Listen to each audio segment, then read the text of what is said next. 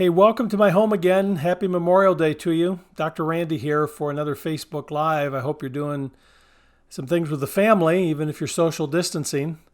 We're trying to get together with the family today. We'll see how that all works. And trying to stay 6 feet apart is not always easy, but it's something we need to do for everybody's health. And we're trying to be good at that.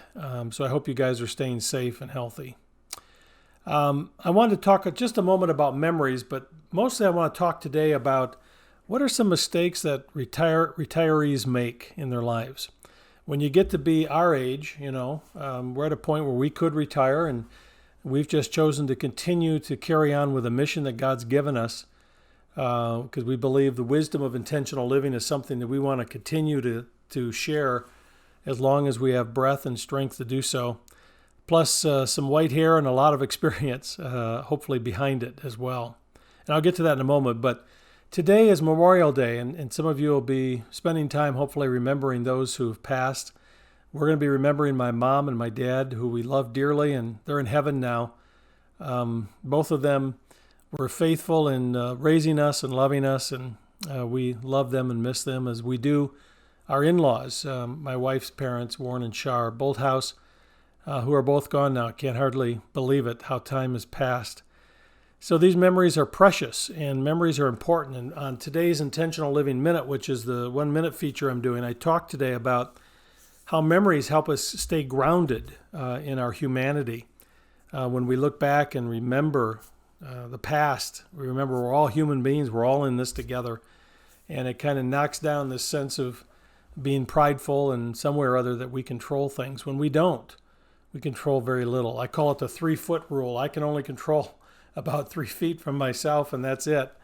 And of course, that kind of relates to even now, doesn't it, with our social distancing. All I can control is about 3 or 5 feet from me, and that's about it. And that's true in life in general. We can't control other people. So I hope you have precious memories today. Hey, let me spend just a couple minutes talking about what are some of the biggest mistakes that retirees make. I've talked to a lot of retirees. I've talked to people who've been through the retirement years and looking back. And the single biggest mistake that people make is they fail to plan. I've been teaching over the years that life is split into thirds. The first third of life, let's say from birth to about age 30, I know that's a long span of time, but in those 30 years, we're learning to walk, learning to speak, going to school, learning to add and subtract. We're learning about relationships. Some of you are learning about business, going to college, learning about a career. So generally, it's a learning time. Now, we always continue to learn in life, but those first 30 years is a learning third of life. That's why it's so important not only to give our children facts and figures and mathematics and science and sending our kids to a STEM school where they're learning science and technology, but they need to be sent to the school of building their spirit, knowing who they are in Christ. Training children early on is such an important part of parenting. So parents and grandparents take those early years to make sure it's a training time. So we get to be about 30. We've got a lot of learning behind us, a lot of experiences. And some of you in your 20s have had some pretty difficult experiences. Maybe in your teen years you had difficult experiences. And it's important as you move into the next third that you don't leave the first third unresolved. If there's issues from the first 30 years of your life that need to be resolved, resolve them. If there's lies that you were told that you started to believe, you need to eliminate them. If there are friendships in your life that are no longer healthy for you and you know it, lovingly but intentionally, you need to eliminate those from your life. If there's decisions that you have made that you regret, resolve them, honor them if you can, and move on. And if forgiveness needs to be a part of the process, you do that. But as you move into the next third of life, to the extent possible, to clean up that first third and to take the lessons that have been learned and take them into the next third, which is what I call the living third, L-I-V-I-N-G, the living third of life. The first third, a lot of learning. The next third is living. And this is the time where you're building your career, you're building your family, building a business. These are the most productive years of your life from about 30 to 60. This is the time you'll be earning your greatest money. This is the time you'll be making most of your contacts and experiences in life. And that's why it's so important that if the first third wasn't really what you wanted it to be, that you don't take the garbage from the first third and bring it into the second third. That's why counseling can be so important, and dealing with forgiveness and resolving issues from the first third. And then for the retirees, that's what we're talking about today. It's the last third, 60 on. Generally speaking, these are general numbers, general age groups, is a time of learning to let go. Now, it doesn't mean we stop living.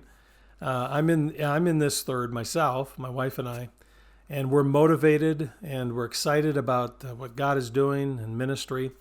But it's a time of letting go. It's a time of losses. Our parents are in heaven, as I shared with you, and we see friends that are retiring, and we see other people getting older and passing away. And if you're in this last third, you know that this is a time where there's a lot of letting go. You don't have quite the strength you had when you were in the second third of life.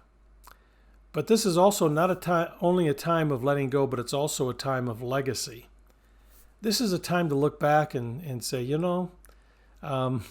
I now have some more resources, a little more time, a little more wisdom, and what can you pass on to that next generation? Loving those kids and grandkids. One of the greatest joys of my life right now at this stage is building into my 2 sons and my daughter and their families. To speak into their life, to encourage them. I see such potential. I see God doing such great work in our son Evan's life, in his leadership, and our daughter Andrea and her husband and their mission work, and our son Derek, as he's being such a fantastic dad to his kids, and just to speak into their life and love them. And building those relationships are so important. And so as a retiree, can I encourage you, if you're in this last third, that you don't stop planning. You still got some time. God's given you today. And the intentional life process is to lock into a goal, and then intentionally every day do the next right one thing. So my encouragement to you, if you're in this third of life like my wife and I are, that this won't be a time to stop planning, but a time to continue to plan, to set goals. And I know right now it's difficult with everything going on, but to look beyond this COVID-19, what are some goals that God has placed in your heart, desires He's placed in your heart that you'd like to see come to fruition in the days and years ahead? Well, those are a few thoughts from our home today on this Memorial Day. I hope you be safe. I hope you have a good time if you're spending time with family.